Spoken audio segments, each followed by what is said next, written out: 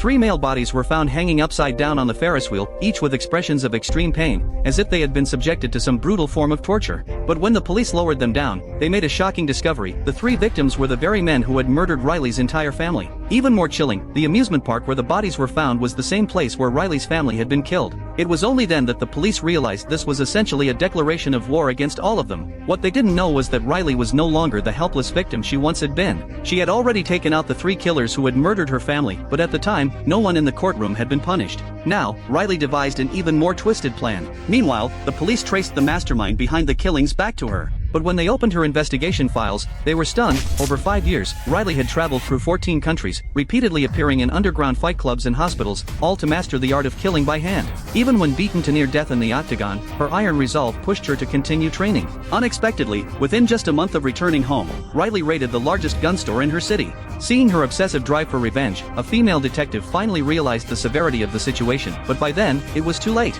The judge from her family's case had already been pinned to a table with steel spikes. Electrical wires bound him tightly. If he struggled too much, a remote-controlled bomb on the table would detonate instantly. Despite his agonizing attempts to free himself, Riley gave him no chance to beg for mercy, just as he had denied her the chance to speak years ago. Calmly, she boarded a bus and called the phone controlling the bomb. The lawyer who had helped the killers escape justice wasn't spared either. Riley drowned him in a pool. By the time the police found him, the lawyer's 100-pound frame had swollen to over 200 pounds. Adding to the horror, the 2 local prosecutors had been burned alive. And yet, this was only the beginning of Riley's revenge. On the day her family was gunned down, the police discovered that the 3 killers had been acting under someone else's orders.